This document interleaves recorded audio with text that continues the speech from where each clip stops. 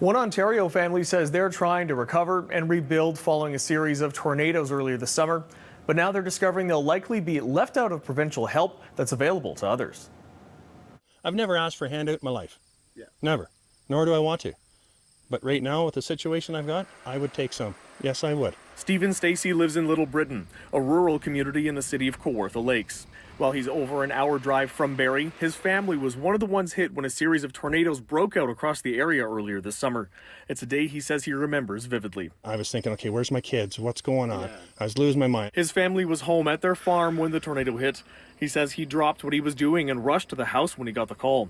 When he arrived, he found his home in ruins, his wife trapped under debris. The chimney on the roof came through the other roof, and as she was going down the stairs, the access panel into the attic drove down on top of her.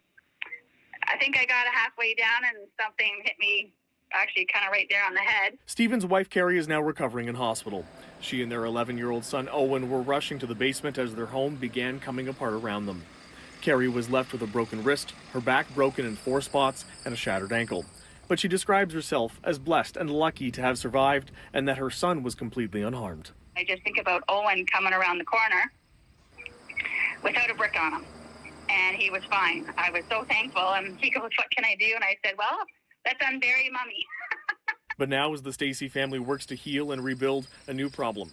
In the aftermath of the disaster, they felt relieved to hear the Premier talking about provincial programs to help plug gaps in homeowners' insurance. Well, my first thought was, hey, maybe there is something for the normal common guy.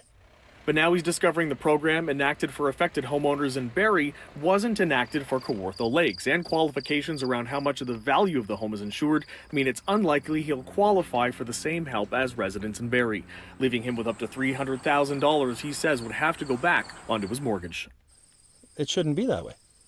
I'm a Ontario citizen just like they are. I pay taxes just like they do. He's calling on the Kawartha Lakes mayor and premier to take action, while also thanking his community and neighbors for stepping up to help during a hard time. And they reached out, they did everything they needed to do. Meanwhile, Barrie's mayor says the cleanup in the city is continuing. Well, the very good news on recovery from the tornado is we only now have 2 families that are still in hotels. Everybody else we've been able to help with temporary housing, or they were able to find another place to live. There's still a substantial number of homes that are unlivable.